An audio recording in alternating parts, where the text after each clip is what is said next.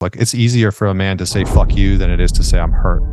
We often have been taught as men to be very self-sufficient. And so there's this notion that we should have it all figured out. We should know exactly what we want. There's not a lot of room for a man to say, I actually have no freaking clue what I want in a woman. And so by starting to pay attention to who you are as a man and what starts to show up in a relationship, your insecurities, your sabotage, you becoming needy and all that bullshit that starts to bubble up to the surface. There's merit in understanding your own darkness, because your darkness is still you. Your insecurities, your inferiorities, what you don't want other people to know about you. So when you start to turn towards your fears, your insecurities, your doubts, there's a chance that you're able to not only understand those parts of you, but welcome them back into your inner kingdom. Because whether it's weight loss, whether it's personal development, anything that y'all want this year, it all is connected to this. When you pay attention to that and start to work on those parts and accept it in and welcome those parts of you, what you'll start to notice is that you will gain an immense amount of clarity on the type of woman that you want to be with, because you will learn who the fuck you are.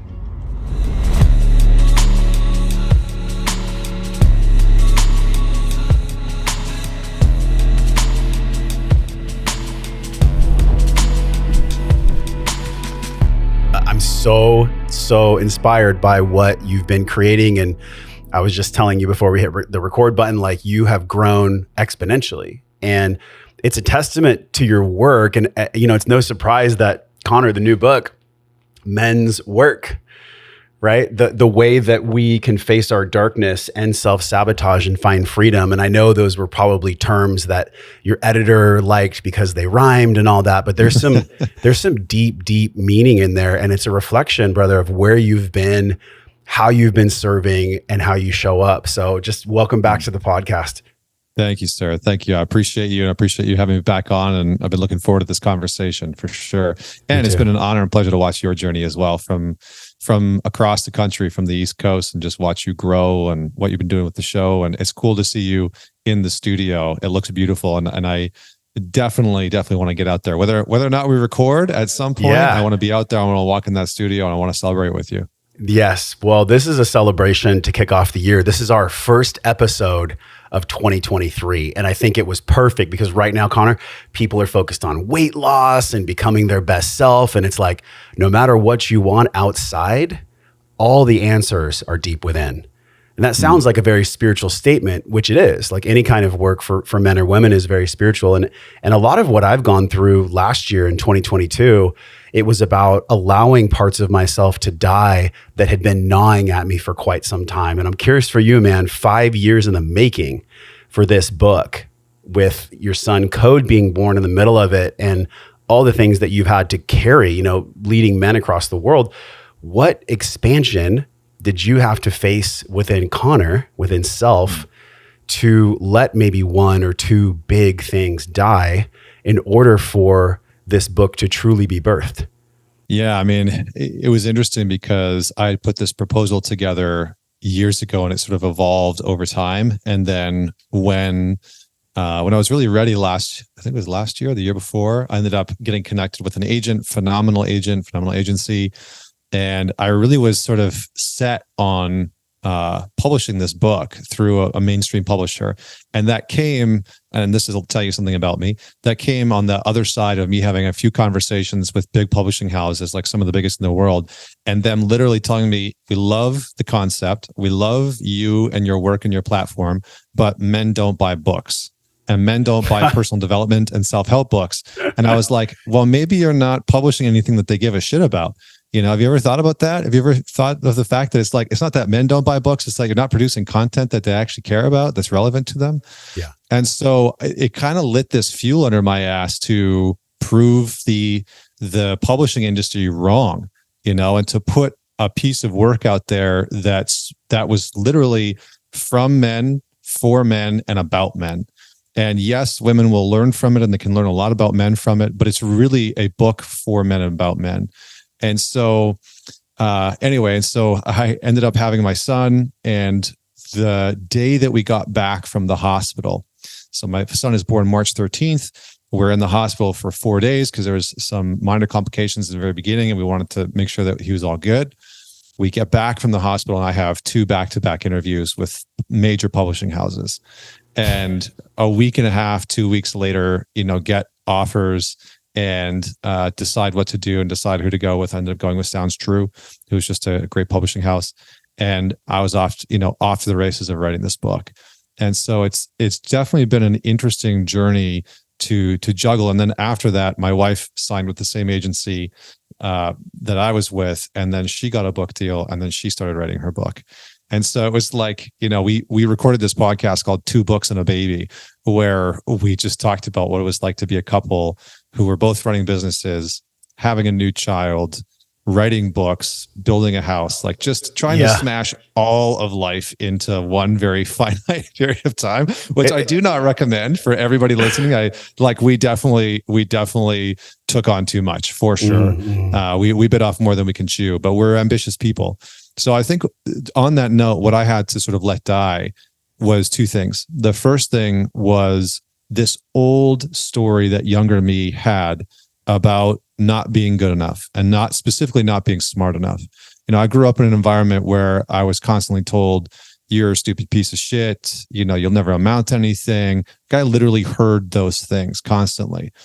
And so I held that story as a young boy and as a young man, that there was something fundamentally wrong with me and flawed with me. And as I was telling you before the show, like, I failed grade 12 English, I failed grade 12 biology, mostly because I was off with my girlfriend at the time and prioritizing partying and women. But also, I just didn't try. I didn't apply myself because I had bought into this story that I had held, that I was not smart enough.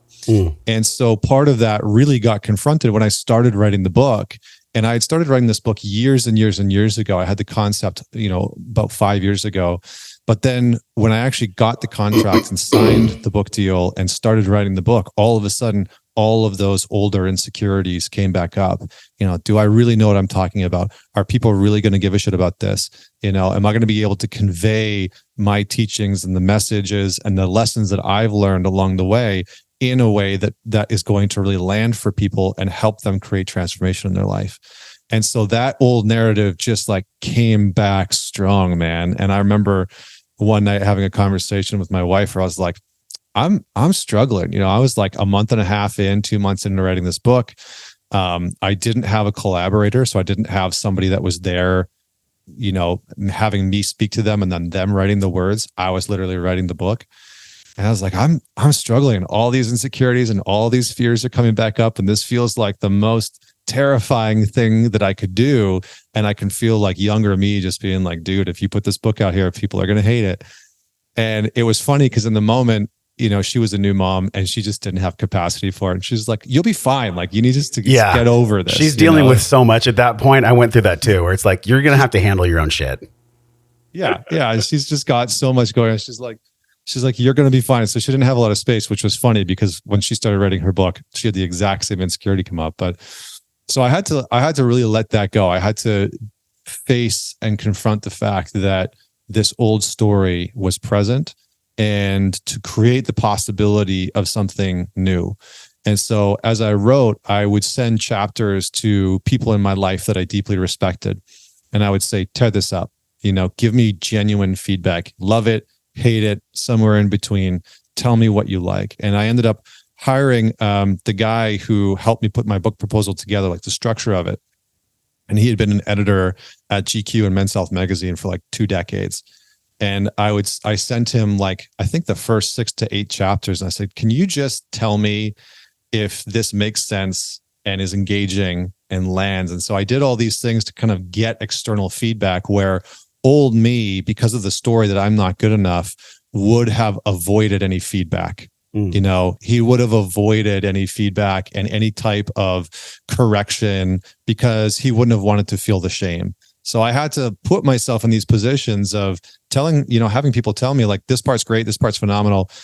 This part doesn't really make too sense. And it's like too intellectual and too heady, and so I could see this part of me that was also overcompensating. So that was the big piece as I went through this book of letting that die. I would say that's the primary thing. There's probably many more. There's probably many more layers to that too.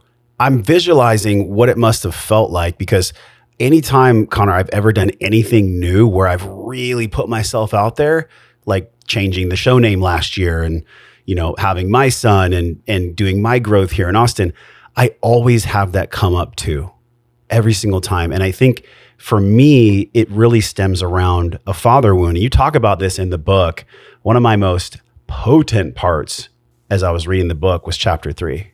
And everybody's going to feel this, because this is a specific book for men, but I think the women here with us can really feel this too. And this was the shadow of the father. So I'm just going to read this quick clip right here because it's my favorite. What was silent in the father speaks in the son. And often I found in the son the unveiled secret of the father. And that was Nietzsche. You said the shadow of your father is neither good nor bad, only inescapable. I mean, that is an entire podcast right there, just what I shared. But how did that play out for you? Because I know it connects to my soul in a very expansive way, but in that expansion was a lot of pain, a lot of uncomfortableness. So why did you write that specific chapter? What did that quote mean to you? How did that play out in your life up to this point? Yeah, I mean, in many ways, I wrote, I shared that quote and I wrote that sentence that it's, our father's shadow is neither good nor bad, because we often get caught demonizing our father and we do get stuck in his shadow, right? I think my father should have been this. He should have been nicer. He should have been kinder. He should have stood up to my mom and we become a sort of judge of our parent. We become a judge of our father, and we sit in this righteous seat when we're hurt as young boys, as men, and we say, this is how my dad should have parented me, as if we know, as if we have any context for his life and what he was going through and any of those other things. And so partly it's to remove the predilection towards pedestaling our fathers or trying to take them down a peg by judging them and their actions, and actually seeing the man that they were. And that allows us to step out behind their shadow, behind the shadow of who they were and how great they were and how exceptional they were and how we'll never feel like we can, live up to their expectations or live up to the man that they were, or step out of the shadow of they were a piece of shit and they treated me like shit and I don't know how to forgive them. And so for me, my parents were divorced when I was 3. My father left, remarried another woman, and he started his own family. And so as I talk about in the book, I really experienced this deep pain as a child where I wanted him to be around, but I couldn't see him and I couldn't understand it. And so it created this kind of hollowness, like buried within my chest, that I didn't know how to communicate. I didn't know how to express when I was a boy, but I just felt this like really deep pain because of the death of my parents' marriage. And then my mom remarried and she married this man, my stepfather, and he and I did not get along. We did not have a good relationship. I did not want him around. I didn't like him. And I fucking let him know that. And he and I... Was it like a physical thing? Was it like physical or verbal or both? Sometimes, yeah. Yeah, it was a lot of like verbal and emotional challenging and abuse sometimes. And, and then sometimes it was physical as well. And so he and I would get into it, and the challenging part for me was that he was my primary parent. He was the coach of my hockey team. He was the one spending the most time with me. And so here I was, this boy who had lost his father, who had lost the one person that he really wanted to be around the most, because what boy doesn't just love their father and want time with them, right? Yeah. And so I lost this sort of godlike figure in my life and had been replaced with this person who was doing his best, admittedly, but was abusive sometimes, And so that created this really sort of tumultuousness within me where I didn't know how to engage with either of them. And I didn't know how to engage with men. It made me not trust men or masculinity. And so what ended up happening is years later, I started to try and chase my father. So I got out of high school. I didn't know what I was going to be doing. My stepdad had gotten me a job working construction. I'm in northern Alberta working in gravel pits at like minus 40, minus 30, in the winter. I fucking hated it. I disliked my life. And so I started to try and pursue my dad and literally started to live in his shadow. And so he worked for the government, but he sang part-time in like the the local opera chorus, and so to try and get close to him, I started to take music lessons, and I started to try and spend more time with him. And it was like the more I pursued building this relationship with him, the more vague and nebulous he seemed to be to me, and the more frustrated I was, the more angry I was, because he had this whole family and it seemed like he was very dedicated to them. And so I literally had to let that play its course until my life sort of broke down, for a number of different reasons that we can sort of talk about if that's valuable, and step outside of the shadow of both of these men that had raised me, one that I was chasing and one that I just vehemently did not want to be around.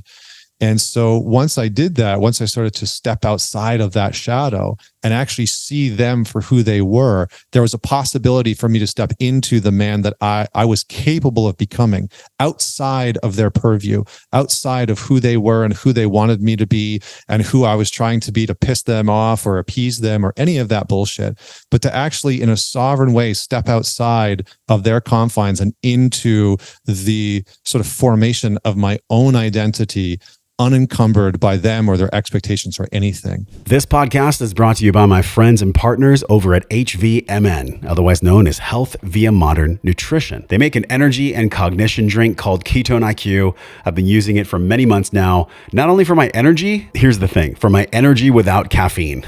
That's right, no caffeine, no sugar, just clean, on-demand energy for superior physical and cognitive performance. Now, if you don't know, ketones are nature's super fuel, proven to support energy, focus, endurance, and more. Developed alongside the US military and top universities, HVMN's Ketone IQ delivers all those benefits in one shot, one little drink. One of the biggest benefits of ketones is taming my hunger hormone, ghrelin, the hormone that my stomach tells my brain, hey, I'm hungry. It turns that down, so I feel fuller for much longer. You might have heard of ketones before, but there's a big difference. There's ketones from the inside, known as endogenous, and there's ketones from the outside, known as exogenous.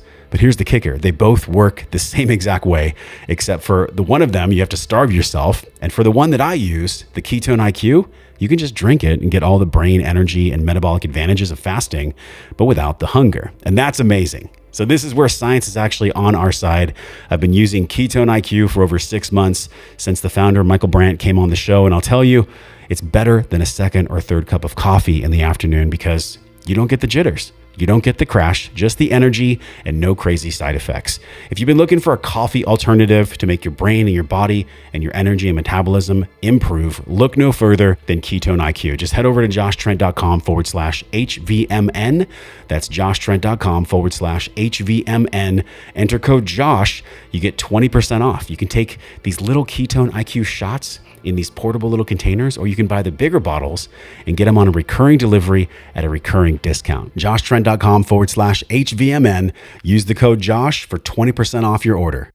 Wow, so there's two big ones. There's two big ones right there. You said sovereignty and actually truly stepping out of the shadow. So when you say sovereignty and stepping out of the shadow, those are easy words for the intellect to understand, but to actually have those embodied, that is sometimes for a lot of people a lifetime of work. So let's like break that really quickly. Sovereignty and stepping out of the shadow involves looking at your own shadow, an emotional inventory process, a way to actually befriend. I know it sounds counterintuitive, to befriend your shadow and learn from it as a protector, as a teacher, as a guide. Go into that a little bit yourself, and then also share, Connor, how that's in the book. A big aspect of this book. And probably when people search for you online, there's a lot of connection between Connor Beaton and the shadow. So please talk about that. Bring that all together for us, because whether it's weight loss, whether it's personal development, anything that y'all want this year, it all comes to this. It all is connected to this. Yeah. So, I'm going to approach this by just saying, like, there's merit in understanding your own darkness, because your darkness is still you. Right? Your darkness is still a part of who you are. Your insecurities, your inferiorities, what you worry about people knowing about you, what you don't want other people to know about you. There's merit in the reclamation of that psychological, emotional, spiritual, physical material, right? So when you start to turn towards your fears, your insecurities, your doubts, there's a chance that you're able to not only understand those parts of you, but welcome them back into your inner kingdom. And generally speaking, the process of doing that, the process of, as a man, admitting, I feel hurt or I feel insecure, and then beginning to work with that insecurity or that anxiety or that fear, is the very act of strengthening that sends the signal to your psychology and your emotional body and your physical body, like, oh, I can not only do hard things, but I can invite in the unsavory elements of who I have thought I am, and really invite in the parts of myself that up until this point, I have thought, if I let other people know about these things, they're going to reject me. They're going to break up with me and leave me and not love me and not give me the kind of sex that I want and all that other kind of bullshit that runs through our head. Yeah. Right. And so, and in doing so, you become more sovereign, because here's the real kicker. There's a great saying by a psychologist and a therapist, American therapist named Francis Weller, who I don't know if you're familiar with him, but he's phenomenal. And he says, your pain has its own intelligence. Your pain has its own intelligence. So your shadow has its own intelligence. And in Jung's framework, the man who invented the concept of the shadow is the sort of psychological energy that's working against you to shut off the pathways towards your goals, your aims, the change that you want, the love that you want, the connection you want, etc. So we have to be able to start to understand and invite in that intelligence to work with us, to build a relationship with it, so that it's not working against us, but with us. And when we can start to do that, we start to expand consciously, but we start to expand into a more robust version of ourselves. And we do the hard thing that up until that point we've been rejecting and avoiding. And that creates sovereignty internally, because we do one thing that so many people in our modern culture are afraid to do. We stop making other people responsible for how we feel. We stop doing that. That's what sovereignty is about, is to have a kind of reclamation of, this is what I'm experiencing. This is what I'm feeling. This is what I'm going through and thinking. And this is what I'm ashamed of. And this is what I don't want to talk about. And when we start to reclaim those internal truths and stop, putting those on other people and making our spouse responsible for them, then we create a deeper level of sovereignty within our own sense of being. Other people can trust us more. And not only that, but maybe more importantly, we can trust us more. So I don't know if it'd be helpful to me to give like a very specific example, but I have something better. Yes. I want to ask you how this played out with Vienna, because I know with Carrie Michelle, and probably with all the male friends that I have that do any kind of work, our spouse or our partner is the greatest mirror for the sovereignty you're talking about. And I'm curious how this has played out with you and her, especially with the birth of code, because when you were talking, Connor, I was almost visualizing, if sovereignty was a rope, it's connected to this really solid foundation of knowing who you are, know thyself, and peace, right? Mm-hmm. Sovereignty is connected to peace. Otherwise, there'd be no anchor for it to attach to. So our partners, in a way, it's such a paradox, man. They challenge our peace, but that's good because they test the foundation of our sovereignty, which is it's connected to. So maybe if you're open to it, I know I'm putting you on the spot. No, you're good. But how did this play out? How does this play out with Vienna, maybe now or in the past, this concept? Yeah, I'll give you a pretty clear example. So, and maybe just one thing before I give you the example, which is, in the book, I talk about how, when I talk about our relationship to women, our relationship as men to women, I talk about how women reveal who you are as a man. So if you want to be in right relationship with a woman, it's not about trying to figure her out or win with her or get it right with her or get her validation or, live the happy life, happy wife bullshit. That never works. What does work is beginning to see, who do I become as a man in this relationship?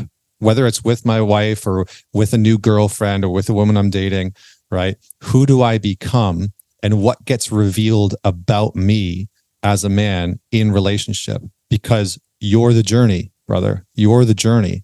Your psyche, your morals, your ethics, your internal sense of code and direction, your purpose, that's the journey. And when we offload that journey onto a woman and project that onto her, we disempower ourselves and we disenfranchise ourselves as men. And that feels wildly unsafe for the women that we're with, because what we've just told them is, not only do I think I'm responsible for your happiness, but now I need to find my purpose through you. I need to find my function through you as a man. So by doing some of this work, we start to reclaim who we actually are, and not only become sort of more quote unquote safe for women, but we actually become fundamentally more attractive to women. Because when we do that, they can see like, oh, here's a man on his path. Here's a man that has some form of calling and a purpose. And that's deeply attractive to the feminine and to women. So the specific example I'll give is when my wife and I first started dating, we have very different upbringings. I'm like the oldest of 5. She is an only child. And so she grew up in this environment where things were high conflict, lots and lots of it. Cops are called sometimes, lots of sort of getting into arguments and disagreements and people needing to be right and et cetera. And I grew up where in one household, there was no conflict, just didn't exist, didn't happen. And in the other household, conflict was violent or abusive. And so I had a pretty strong predisposition to avoid conflict. And I was sort of like the classic nice guy, right? So when we started dating, some of those patterns started to reemerge, because in past relationships, I had been the guy where, I would get into a relationship, and when things started to go south, I would check out in some fashion by finding another woman for the side. I was like a chronic serial cheater, just constantly, And so in this relationship and in the ones before it, I'd been really trying to not do that, to step in, lean in fully, ask for what I wanted, ask for what I needed. So when we first started dating, everything, in the honeymoon phase was great. And then at some point, things started to shift, when the veil falls, the honeymoon phase goes away. And we started to have these like little arguments and little conflicts that were starting to show up. And she was happy to engage with them. She's no problem. She was sort of in my face sometimes. And that was really jarring for me because no part of me wanted to deal with that. And every part of me felt like I was back in that conflict with like my stepdad, where I needed to defend myself and fight and be louder than the other person and dominate the interaction. And so I started to notice this part of me coming into the relationship that had never been online before. That wanted to dominate conversations and be right at all costs and get loud if I needed to, and take up more space and sort of hostile. And after a couple of weeks of that, after maybe like a month or two of getting into some of these arguments, I was like, what in the fuck is going on? Like, what is happening? Who is this monster inside of me? Yeah. Like, who is this monster? And why can I not like regulate myself and stay grounded in these conversations, because in any other interaction, at work, in the work that I was doing with men, like I can hold for some pretty deep stuff. I can hold for, the work that I do is helping men in a lot of ways move through trauma, and that's a big part of the work that I do. And that's, you have to be present in a very specific way for that. And so I was like, well, how come I can be deeply present in those moments and grounded? And that doesn't faze me. But when my girlfriend at the time, my now wife, is criticizing me for something, it's completely throwing me off and messing my shit up, and causing me to become so reactive.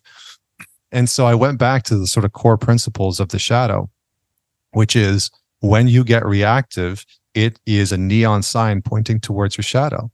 And I started to see how there was this hurt younger part of me that thought that he needed to fight and defend himself and dominate the other person in order to provide safety, in order to prove that he could belong, in order to prove that he's worthy of being in that relationship. And so as I started to tend to that part of me, I could set much clearer boundaries about what was okay and what wasn't okay for me when it came to conflict, with my now wife, and say like, this isn't workable. And, I don't think that we should talk to each other like that, and set some structure around how conflict looked. And that was one of the most powerful things that I think I did in our dynamic, because as I talked about in the book, you want to find a partner that you can do conflict with. It's not that you don't want to find a woman it's not that you want to find a woman that conflict never happens. That's not real. That's some like Disney bullshit that we've been sold in our modern culture, that you should find this perfect relationship that's one-itis. And it doesn't exist, but it actually exists only to make people feel inferior and to monetize them, from relationship courses to movies to jewelry and all this stuff like that. I feel like what you're talking about, there's an entire industry and world with segments that really feasts upon the insecurity that is created by finding the relationship that just feels good, brother. It just feels good, sister. Those don't actually exist. Yeah. And what does exist is the reality of the human experience, which is sometimes it's going to be messy and sometimes it's going to be conflict. And so what I talked about in the book is like, find a woman that you want to do conflict with. Find a woman that you can trust enough to go through those hard conversations and hard times with, because you're probably going to do it anyways. You're going to lose parents, you're going to lose family members, shit's going to go wrong in your business or your career. And so, if you can have somebody that's along for the ride with you, that you respect enough to move through some of that conflict with, you're much more likely to show up in a respectful way, to want to prioritize figuring out what's happening within you as a man, and then subsequently become somebody who's willing to move through that conflict yourself. And that's the really important part, because it's easy for us to point the finger at the other person and say, this is your doing, this is your fault. As I write in the book, like, it's easier for a man to say fuck you than it is to say I'm hurt. And so practicing that in the relationship of like, actually, I feel hurt right now, or I feel embarrassed, or I feel ashamed that I forgot to do that, that's a much harder thing to do. But that's the thing that's going to not only develop your competence within a relationship and build trust, but it's going to strengthen your own sense of inner confidence, because you'll be sending a signal to yourself of like, oh, I can do the hard thing in my relationship and not buckle and not back away and not shut down and not point the finger and become blaming or defensive. There's a couple really good things there. The first one is that Vienna was the type of human, the type of person that wanted to do that work, right? I believe she's an MFT, correct? Yeah, she's a marriage therapist, yeah. So with her background, that was probably some of the tether, some of the energy of y'all getting together, is that, your psyche felt maybe in an unconscious way, oh, this person's really good to do the work with. Was that part of the connection? That was part of it. I think the other part of it was that I just respected who she was as a person, how she operated, how she, treated herself, her core tenets, her values. I deeply respected her as a human being, as a woman specifically. She had values that I really appreciated. She had lived a life that I appreciated. And so I think that's a very important thing. I think we often underestimate how important respect is within the context of relationship. Like I say this all the time of like, women want to be with men that they respect. Mm-hmm. And when women start to lose, and of course I'm talking within a heterosexual context, but I think that's just a human being thing, like we want to be with people that we respect. And so, yeah, I think when I first met her, I was like, oh, here's somebody that I just deeply respect and admire and appreciate. And I can, doesn't mean that she doesn't have flaws, doesn't mean that she doesn't have aspects of her that need work. But it was a little easier for me to love her through those hard parts when I could stay connected to, I respect this person. It's a really big piece of the conversation, because your ability to select essentially the right partner. So let's speak to the men, right? And we're being heteronormal. For a man to choose a woman, for a woman to choose a man, and have it be challenging but also healthy at the same time, there in a way, Connor, has to be this Goldilocks zone of adaptability, of consciousness, of the acumen to do the proper work. So is there a formula or a recipe? And I don't know actually if this is something that even guided you to write the book as well. Like how as a man do we choose the right partner? What do we look for? What characteristics do we cultivate and stoke inside of ourselves? And also be on the lookout for in our women. Is there a unique recipe for that? I mean, I think what I talk about in the book again is paying attention to what a woman reveals about who you are as a man, because I think we often underestimate, we often been taught as men to be very self-sufficient, kind of lone rangers. Like that's still very pervasive within our culture. And so there's this notion that we should have it all figured out. We should know exactly what we want. There's not a lot of room for a man to say, I actually have no freaking clue what I want in a woman or a partner. I just have no clue. And so by starting to pay attention to who you are as a man and what starts to show up in a relationship, your insecurities, your sabotage, you becoming needy and all that bullshit that starts to bubble up to the surface. When you pay attention to that and you start to work on those parts and accept it in and welcome those parts of you, what you'll start to notice is that you will gain an immense amount of clarity on the type of woman that you want to be with, because you will learn who the fuck you are. And that's the most important thing that I can say. If you don't know who you are as a man, how in the hell should you know who you want to be with? You can't.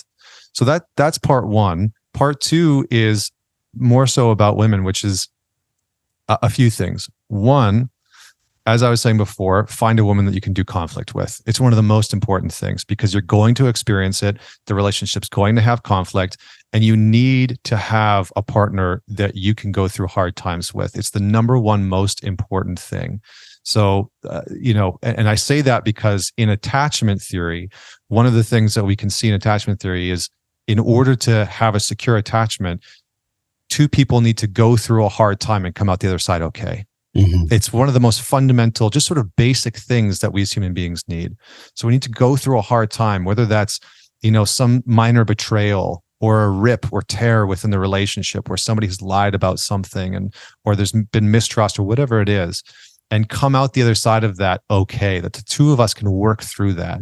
So I'd say that that's one of the most important things that you can look for in a partner. And then secondly, and this is maybe a little bit more hard to describe, but is that person someone who pushes isn't the right word, but sometimes challenges you to be the version of yourself that you know you're capable of? The man that you are trying to step into being, the man with the deeper sense of purpose and direction, the father in you, the business owner, the career, whatever that looks like. But is she somebody who's challenging you to step into that version of you? And I want to make a very clear distinction, because a lot of men, I've said this before, and a lot of men are like, well, I don't want a woman to tell me how to be. And it's like, yeah. I'm not saying find a woman who's trying to change you into who she thinks she wants you to be. That's very different. And we can feel the difference if we're tuned into our body. A woman who's trying to challenge us, to change us into who she wants us to be, is likely not what we want to be around long-term, right? And nor should they. Like, women don't want to be around men who are trying to control them and manipulate them into being who they want them to be. That's not how we feel loved as human beings.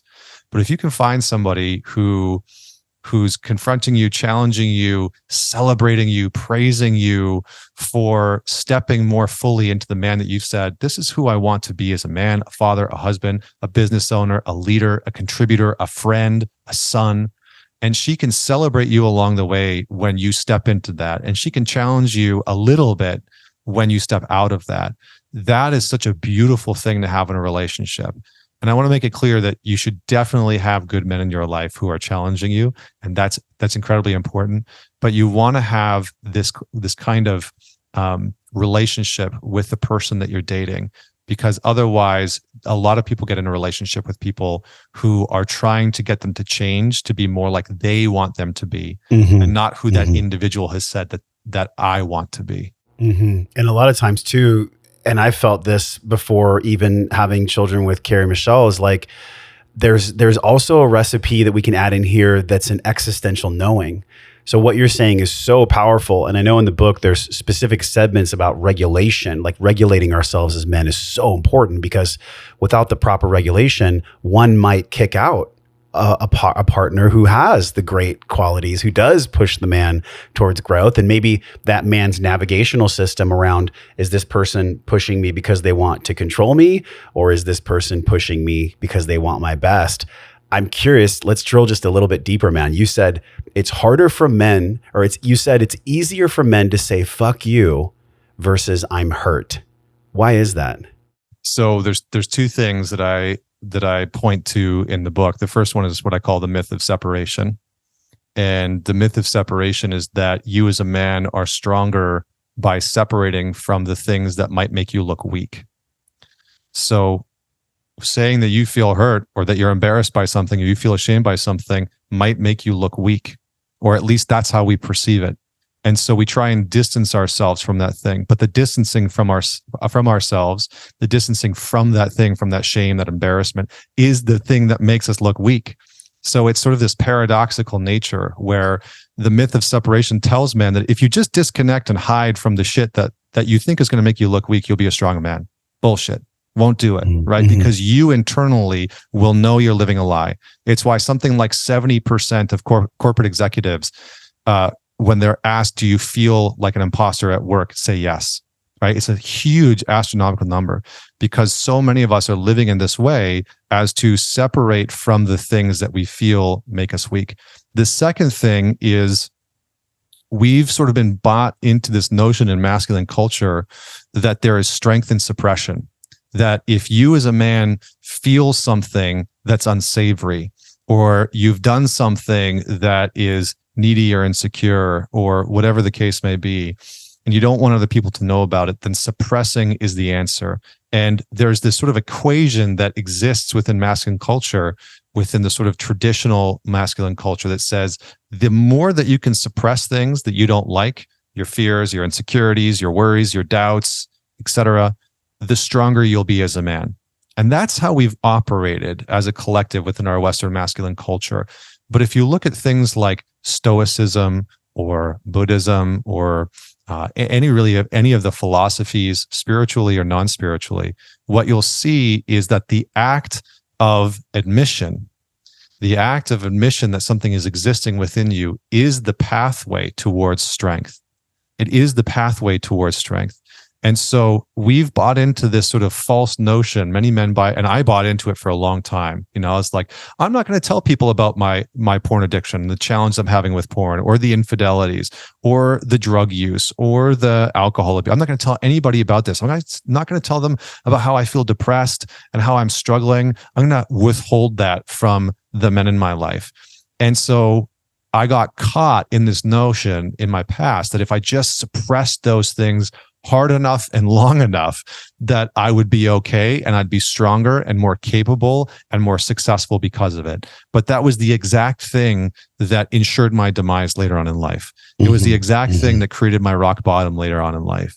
And so we need to, as men, be able to turn towards the things that we are normally hiding and separating from and suppressing, because those are the things that are disempowering us, disenfranchising us, and ultimately causing us to be impotent in some way, right? Physically, mentally, emotionally, psychologically, within our career. It really is castrating us in some capacity. Also impotent sexually. I mean, my journey with porn was over 20 years. So, and I've talked about this multiple times on this podcast and many others, like what really for me, and I want to know what helped you heal that, because you talk about porn in the book. There's a specific chapter. This is something that if I had to throw a number on it, and who knows how we even figure out numbers, but if I had to guess intuitively, I would assume that it's probably upwards of 70% of men that have had either hard addictions with it or a challenge with it without it becoming a massive addiction. So for me, what made the difference was actually being in a relationship where I had to be honest. I chose to be honest with her about the fact that I was struggling.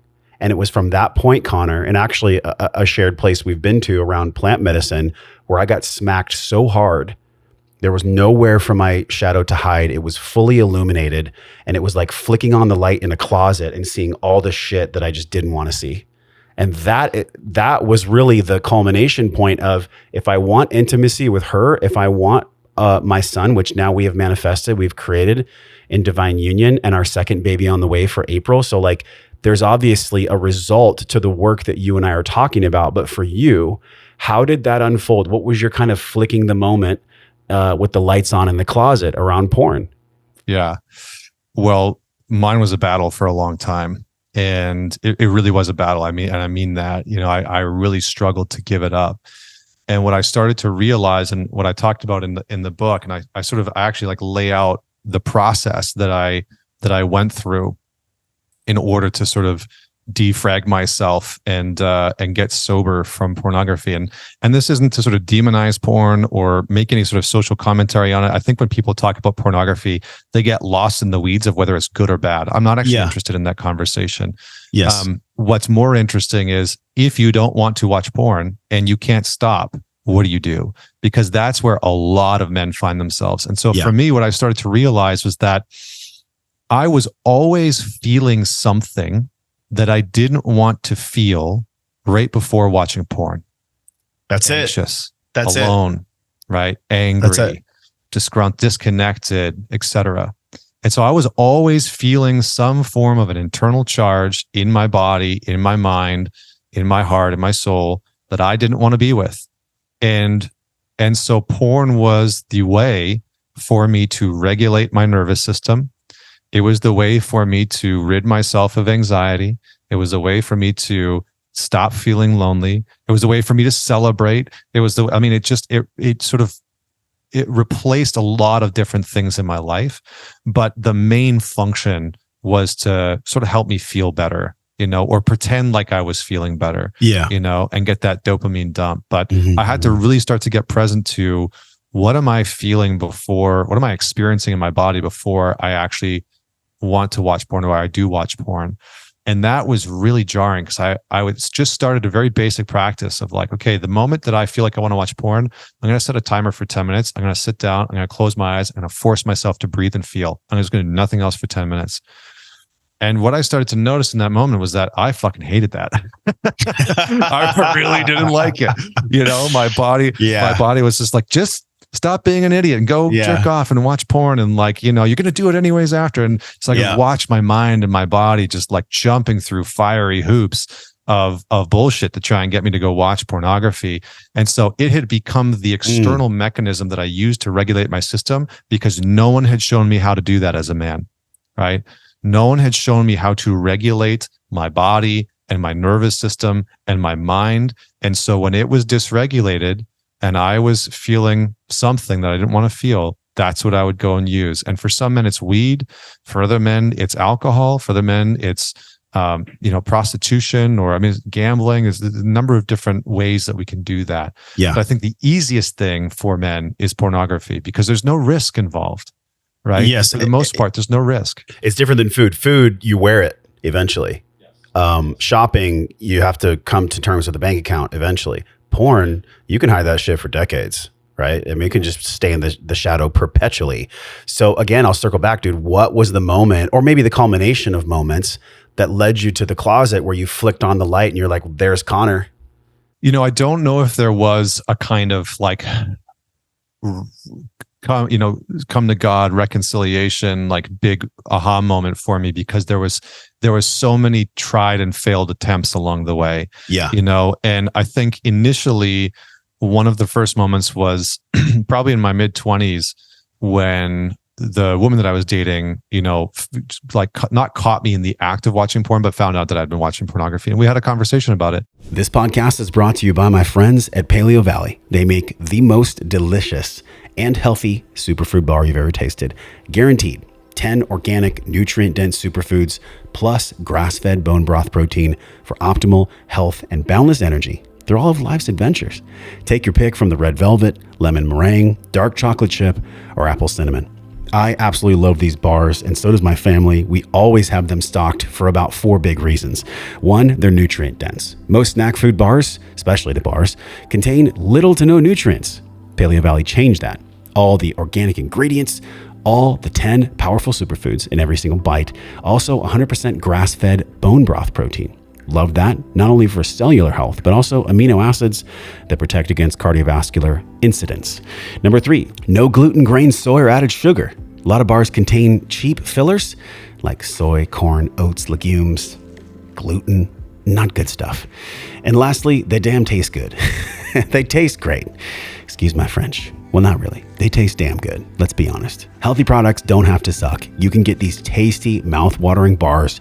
You can stock them in your pantry. You can put them in your gym bag, in your car. I pretty much always have them for Nova, my son. He's almost 2 years old, and I put him in his go bag. He actually loves the red velvet. That's his favorite. It's actually daddy's too. Pick up a bunch of these at joshtren.com/Paleo Valley. Use the code Josh at checkout. You get 15% off the red velvet, the lemon meringue, dark chocolate chip, apple cinnamon, your entire shopping cart. joshtren.com/Paleo Valley. Code Josh saves you 15%. And she wasn't shaming or anything like that. But I realized very clearly in that moment that our disconnection, the disconnection that I was feeling sexually with her was because porn was occupying space and territory in my existence. And that whenever I felt that pull to initiate something sexually with her that was uncomfortable or even exciting or exhilarating for me, I would tend to back off from that and just go and watch porn because it was easier to do that. It was, risk-free in some way. So that was sort of the beginning. And then there was just this, a few years, honestly, of trying to stop watching porn and communicating with men in my life eventually about what was going on and the role that it was playing and what it was doing. And then really realizing, over time that it was something that I was trying to avoid. And then it just became a practice. I used porn as a sort of a backdoor entrance into regulating my nervous system. And so every single time that I would feel the urge was the moment that I would go sit down and I would do breath work, or I'd go have a cold shower, or I'd go and work out, or I'd go and do whatever. And it took some time. Like it really took some time for me to kick it, because for me, it was a problem. It was a really big problem. And in my early 20s, it was like 5-6 days a week and sometimes 2-3 hours at a time. Like it was bad. Yeah. You talk about in the book too, Gary Wilson's work, Your Brain on Porn. And I love that because in the beginning of my journey, and by the way, this is a huge energy stealer for people's ability to let go of old weight, which is like a focus right now in the world. And that goes also to where it steals energy from work, from purpose. I can distinctly connect, Connor, that for me, it wasn't until I truly let go of it to a place where it didn't hold the charge anymore, or it didn't make me have the same neural pathways of reward where I know if I do that, I don't have to deal with my stuff. It was only at that place when my revenue tripled. And there's a clear connection, man, between money and porn, energy and porn, weight loss and porn. And porn is just an archetype of a place, like you said, a backdoor to regulate oneself. So now where you are as a father, and how do you feel like you might educate Code about this? How would that play out when the time is right? Obviously, you're not going to talk to him about it now, but down the road, like where do you think that conversation might lead you and him? I mean, I think it's in some ways it's just transparency, in terms of how I battled it, and my struggle with it, and talking with him openly about creating healthy intimacy and sexual connection. Because those are, I mean, I don't know about you, but I definitely didn't get any talks as a child about how to create healthy intimacy or have a healthy sex life with a woman. Like I came home when I was like 13 and there was Playboys. I would go to my dad's a couple times a month and there was like Playboys on the table. And that was we didn't even talk about it. That was my only education. So, I remember getting an anatomy of sex book. That was my parents' Birds and the Bees talk. They gave me an anatomy of sex book. They just handed it to you? They literally just like dropped it off to me in my room one day and then just like left and didn't say anything. I mean, it's funny, but it's sad. It's sad. It's funny, right? But, and I think even when they busted me with porn, not busted me watching porn, but they, it was in the early days. I mean, I was young enough that when we got the internet, it was like dial-up internet, and so the photos would sort of load line by line. Yeah. I don't know if you remember that, but yes, I didn't know how to scrub browser history as a child, right? I was like 13, 14 years old. And so they found the browser history, and my stepdad, their conversation with me was to literally print off the fucking browser history and sit me down and hand me the pages of the browser history of the porn that I've just been watching. And I was like, well, I don't think that this is going to stop me because you haven't given me any conversation about what I should be doing instead. You had that awareness then, or you have that awareness now? I had that awareness then. I was like, well, you're telling me to stop, but you're not telling me how to stop. Yeah. You're not telling me why I should stop. You're not telling me why this is wrong. And you're not telling me what the alternative is. That there's actually something else that I could be engaged with or looking towards. And so I think that's the conversation because I've thought about this a lot, because I've talked very openly about porn. Yeah. And so at some point in my son's life, he'll probably be able to go and hear me talk about my journey with it, because shit just doesn't get it deleted off the internet. Yeah. And so, I think that's the conversation I'll have with him is like, look, this is what it is. It's entertainment, and it can be as addictive as any other substance. And it's easier than actually going out and acquiring sexual intimacy and sexual interaction. Yeah. There's less risk, but that doesn't make it right. And it doesn't make it the thing that is going to satiate you. I talk about porn in the book as being this supranormal experience, right? Supranormal being above normal. And so it conditions us neurologically and physically to expect a supranormal experience, an above normal experience, right? So you were talking about weight in the body before. A supernormal experience is like what we just, went through with the holidays of eating more food than you probably eat, because that's generally what happens over the holidays, right? You have turkey and ham and whatever.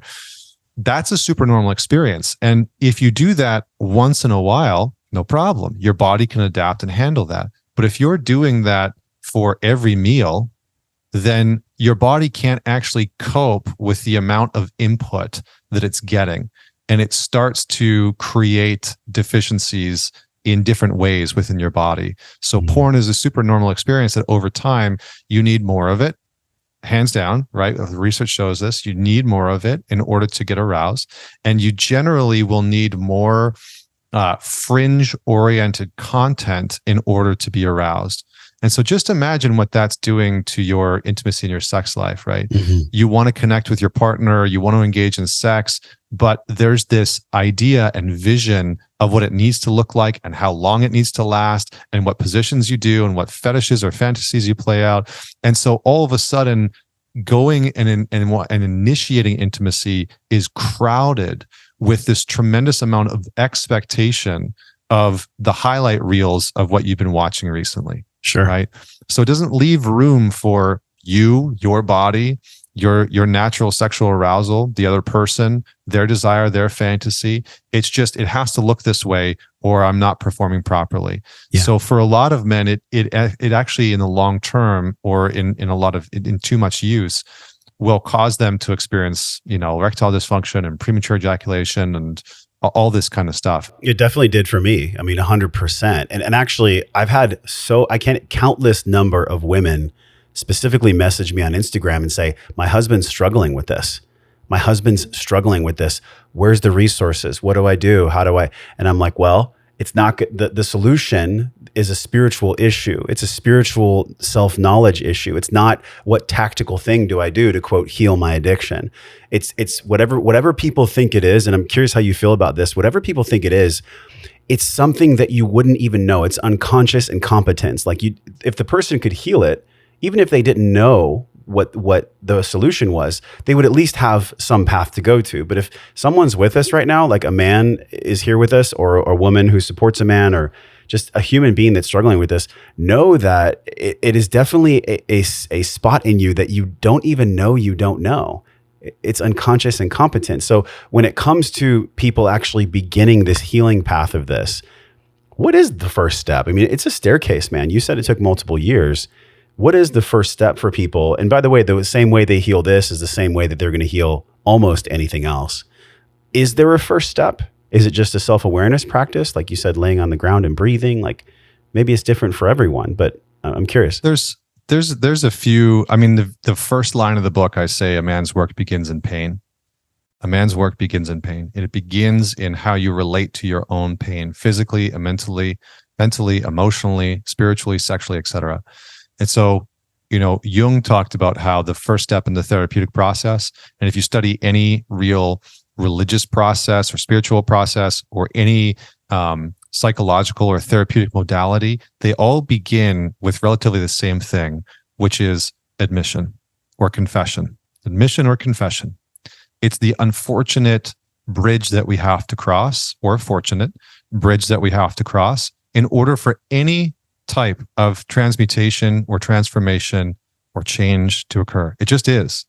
And so you have to be willing to admit that there's something going on within you that you feel overpowered by, overwhelmed by, that you don't know how to deal with. You have to be willing to admit that at first to yourself and then maybe to somebody around you, right? To say like, listen, I have tried to quit porn for months now and I don't know what to do. And there's a lot of forums out there where you can get that support. So that's the first part. And then the second part is what I was talking about before, which is you're likely in pain in some way, shape, or form, and either aren't aware of it or don't want to feel it, right? So you are either feeling anxious or lonely or frustrated or bored or whatever it is, and you don't know how to be with the charge of that energy in your body and in your mind and the thoughts that come along with it. And so you're using porn as a means to numb out and escape it.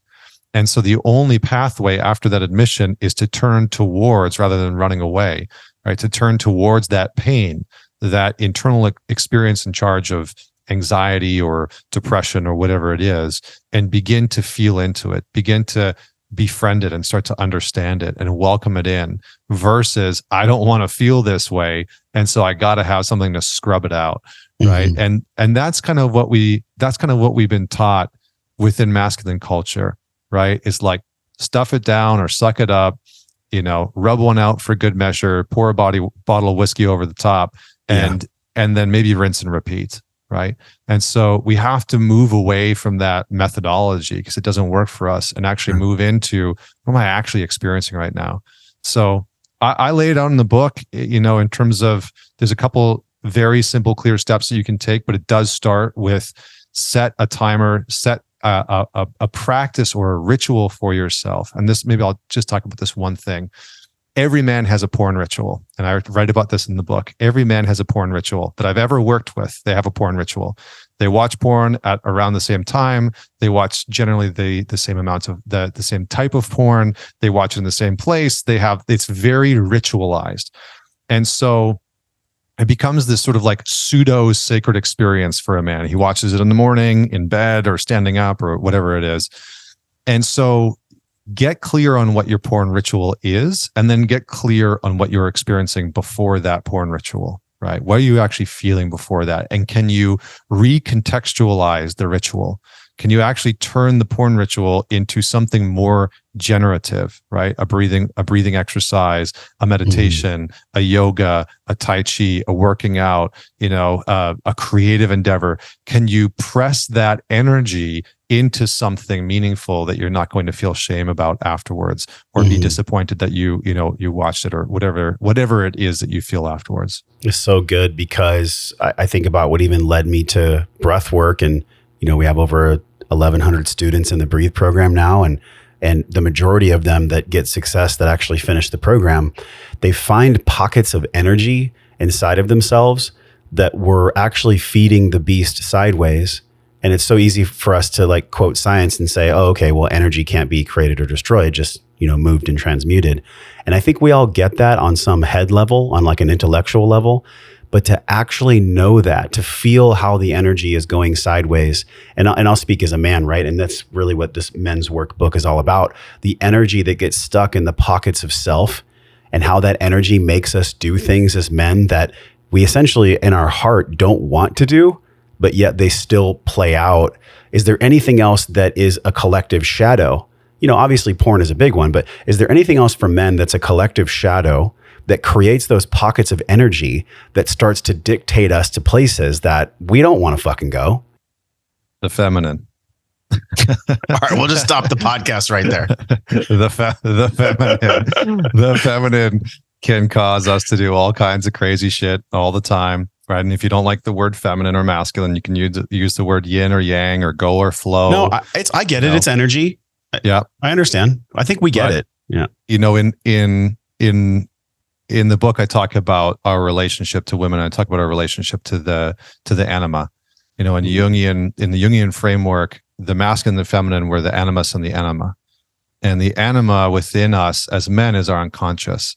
And so I think one of the big things that sits in our shadow as men is our relationship to women, but to the feminine in specific, the embodiment of caring and compassion. Just as an example, I see a lot of men who have a really negative internal dialogue, really abusive internal dialogue. The way that they speak to themselves is incredibly harsh, condescending, judgmental, really violent sometimes. Why is that? Well, it's largely because they're disconnected from their own feminine nature of self-compassion. They're disconnected from their own capacity to see the value in their own feminine ability to be self-nurturing. And so we as men run around because we're very externally focused creatures. We like to look out into the world and figure problems out. And so we do the same thing with women and the feminine. We will look out at women and we say, I got to figure her out. And then we scramble and run around and we get caught in all types of traps, right? And then the women that we're with don't really feel known or understood or safe because we're so busy in some ways objectifying them as an object that we need to solve that we don't see who they actually are. And so when we realize that our ability to interact with women and our ability to interact with the feminine in the world is directly correlated to our ability to be with our feminine nature internally, our feminine qualities internally, there's a hope for us to be in right relationship with women and the feminine externally, right? To actually have a more peaceful, grounded, loving, connected with the women that we are surrounded by, whether that's at work or at home, in our marriage, in our relationship, in our family system. That's the process that we need to do to stop running around trying to figure women out externally or trying to, what does the feminine need? I see a lot of this content online of like the feminine needs this and the feminine needs that. And it's like, you're never going to know what the feminine is until you start to experience it in yourself and in your life, rather than trying to get it outside of you or figure it out outside of you. So you can go within and start to say, how am I deficient within this quality, right? If you're somebody that's super harsh on yourself, and I see this a lot with nice guys who get in relationships with women who they become the like needy nice guy, right? I need you to validate me. Tell me I'm good enough. Tell me I'm good enough in bed. Tell me I'm lovable enough. I'm handsome enough. I'm funny enough. I'm whatever it is. He's doing that because he feels deficient in self-nurturing, in the ability to praise himself, to recognize himself, and to set some boundaries with the harsh inner dialogue that's self-deprecating, that's tearing him apart internally. And if he could infuse some of his inner dialogue with care and compassion, and to speak to himself, not only with respect, but with sometimes love and appreciation and admiration, and to have some compassion for himself, he wouldn't so desperately need to go and get it out in the world. He'd actually be able to source that within himself. And by doing so, he would become more sovereign. And by doing so, he will trust himself more and be more confident. And by doing so, women will feel more attracted to him, right? So we have to come into right relationship with the feminine orientation within ourselves as men, rather than trying to chase it externally. And I think that's one of the biggest challenges that we see right now within our modern culture for many reasons, many, many, many reasons.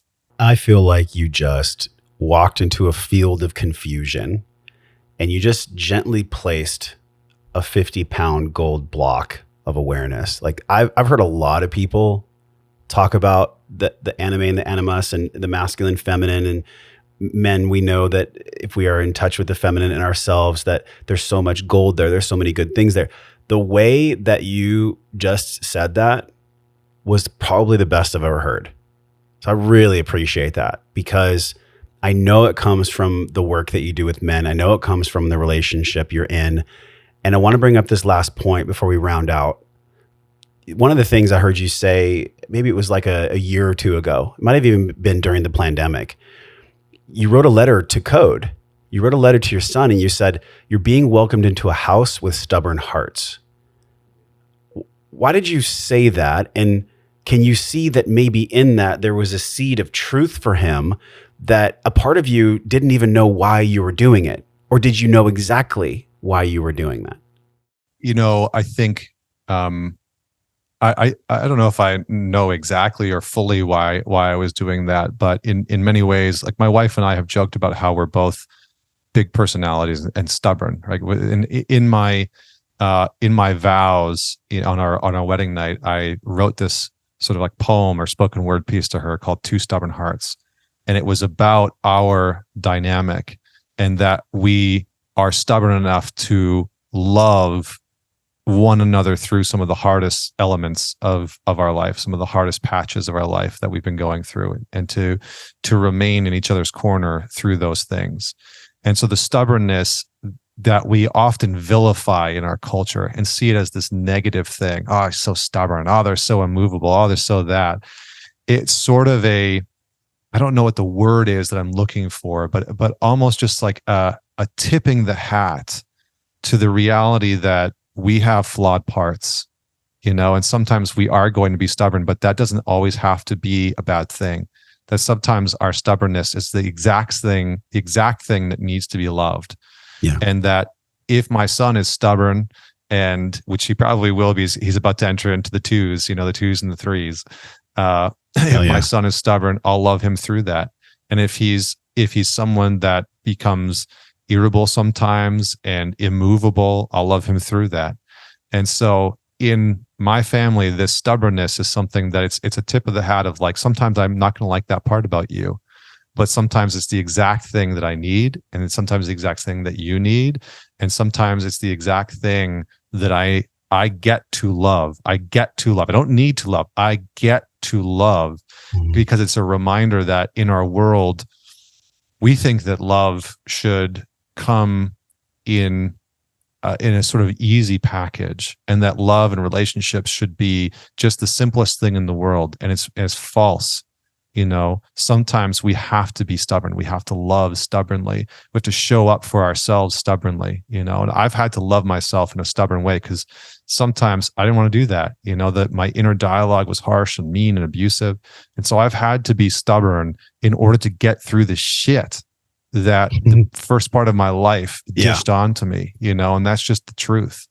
And that's a very enduring, loving quality that can also sometimes make me an asshole. Sure. Stubborn gets a bad rap, but at its core, the etymology, I'm sure, is traced to persistence.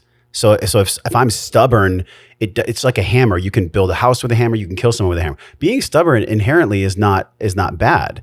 I love that. And it brought up something for me where I was like, even with Nova, he's 17 months now. And when I play with him and when he has his tantrums, he'll like spray back and he'll cry for 5 minutes. And one of the biggest challenges for me has been just to actually be there for him and not allow his anger, his intensity to make me feel like I need to go grab and hold him. I need to make things better because I'm not okay with him being not okay.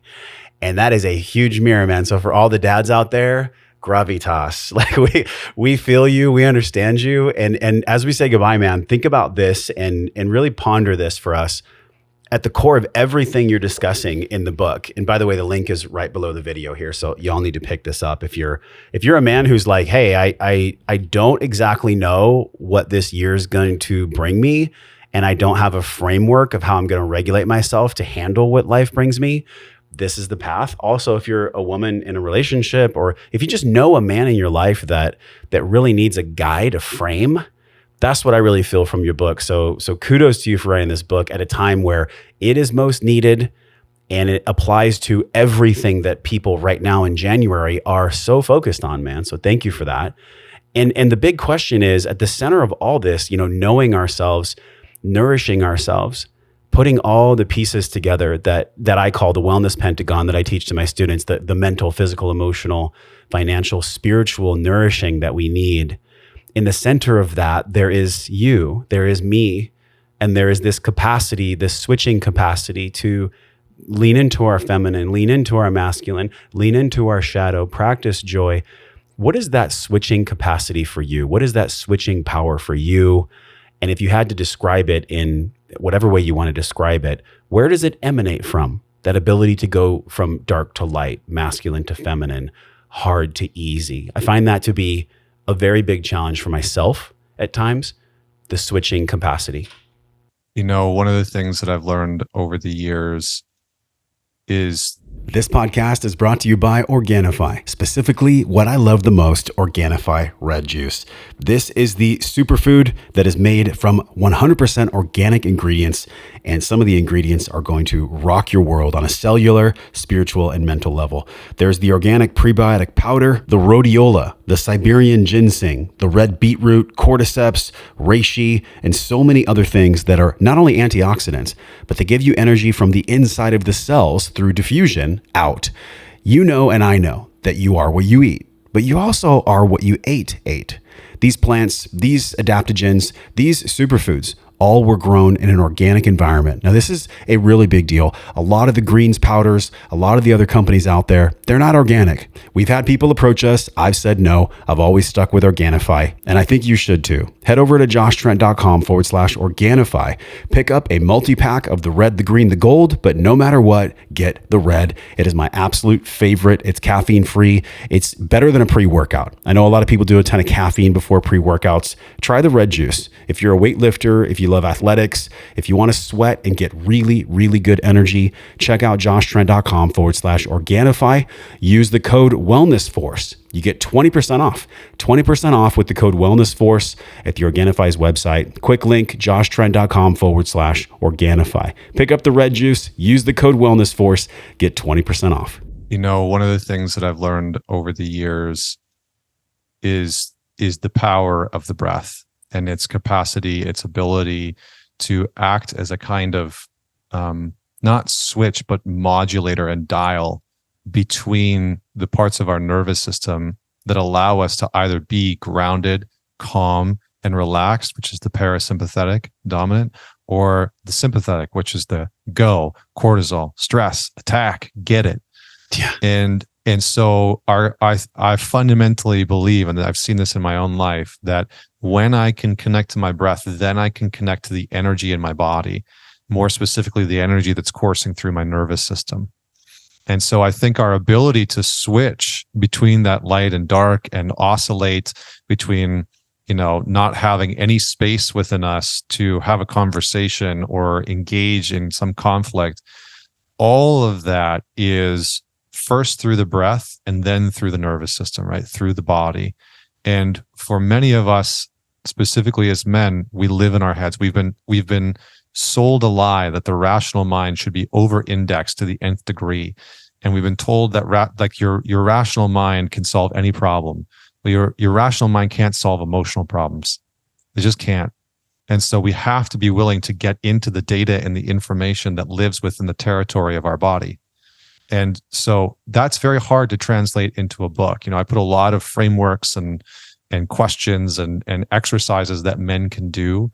But I think that that's part of the pathway, is for us to actually return to a way of being in the body where we can feel the world around us and we can witness everything that starts to emerge. But all that, maybe now I'm answering the question, actually, all that requires awareness. Right? We have to have awareness at the base of it, awareness of the breath, awareness in the body, awareness of what's happening internally. So that's what I would say it takes. It's a great answer. And people can get the book. It's mantalks.com/men's-work-book. Also on Amazon. I mean, basically everywhere. Amazon, Barnes & Noble, IndieBound, bookshop.org, Sounds True, which, by the way, Sounds True did an amazing job with Ken Wilber's work. I don't know if you've listened to some of the other work that Sounds True has done. So is there going to be an audio? Are you going to do an audio version? You know what? I was fortunate enough to they brought me out to Colorado to their head office, and where their recording studio is, where like Ken Wilber, Eckhart Tolle, Wim Hof have all recorded their audiobooks. And it was like one of the highlights of this journey was I got to record my audiobook in the space where like legends have sat for the last 3 or 4 decades, and actually be one of the last people, because I think they're selling the space and shutting down that head office. And so wow, that just gave me a chill. I'm like, what a special moment. Yeah. It was pretty rad. So there'll definitely be an audiobook coming out, and there's a shortened link now. You just go to mantalks.com/book. Easier. I made it even easier. Much easier. All right, man. So the Man Talks podcast, which I've been a guest on, we went deep into breath. We'll link that in the show notes. This podcast, it's an expression of you as a man, but now it's an expression of you as a father. Did anything really shift inside of you? And how does the podcast emanate from you now compared to when you started? I'm sure it's much different. Like I know it is for me, the death and rebirth. So Man Talks podcast, what does it mean to you now versus what did it mean to you before? Man, I've been recording the podcast for like 7 years now. And I started it with somebody who I had never listened to a podcast before in my life. And somebody that was working with me and was like, you have to start a podcast. You have to have a show. And I was like, I don't even know what a podcast is. But now I love it. It's become a place for me to expand my own curiosity. And you know, this year I'm going to be having conversations with some very interesting people to go deep into some of the current topics of the world. You know, what are men and women facing in dating? What's happening, you know, between men and women in terms of relationships and marriages and earning and expectations and selection preferences and to go deep on some of those subjects. And so it's evolved into this place of, it's something that I love as a tool and a resource for learning. And I found that the more that I can dig into subject matter that I deeply love, the more that people get out of it. And so I really want it to be not to sound cliche, but like a legacy piece, you know, so that later on in life, like I would love to podcast for the rest of my life, you know, and to have that be something that eventually my son can join me on. And so it's turned into something much, much bigger than I expected. Oh, that's so cool. We had Nova in the studio and out of nowhere, I don't know if he's seen me do it. He grabs the Shure mic at the table back here and he starts talking into it. And we didn't tell him to do that. So I'm like, the way that his brain is so moldable and so plastic, I absolutely love it, man. I want to say goodbye. There's a quote that you posted about a year ago, and I think it's a beautiful way for us to reflect. Maybe you're watching or listening to this podcast for the second or third time. There's so many nuggets in here. So Connor, let me say this as we say goodbye. Before I do, just give people the URL for the book and also for the pod and just anything else where you want them to connect with you. Yeah, everything you want to find is just at mantalks.com. The podcast is there. If you want the book directly, it's mantalks.com/the book. That's probably the easiest way to find it. And then all the links are in my bio on Instagram at mantalks. You can sort of follow along the journey. All right. It's right down below the video or it's right down wherever you're listening. So as we say goodbye, this is from Bruce Lee. Instead of buying your children all the things you never had, you should teach them the things that you were never taught. Material wears out, but knowledge stays. We'll talk to you guys soon. Thanks for being with us. Hey, thanks for watching this video. If you love this video, hit subscribe. That way you'll be automatically notified when new videos come out, new episodes, and also share this video with a friend. If you loved it, they're gonna love it too. Check out some of the videos on this screen that are perfectly curated based on the video you just saw. Make sure you follow me and I'll see you in the next video.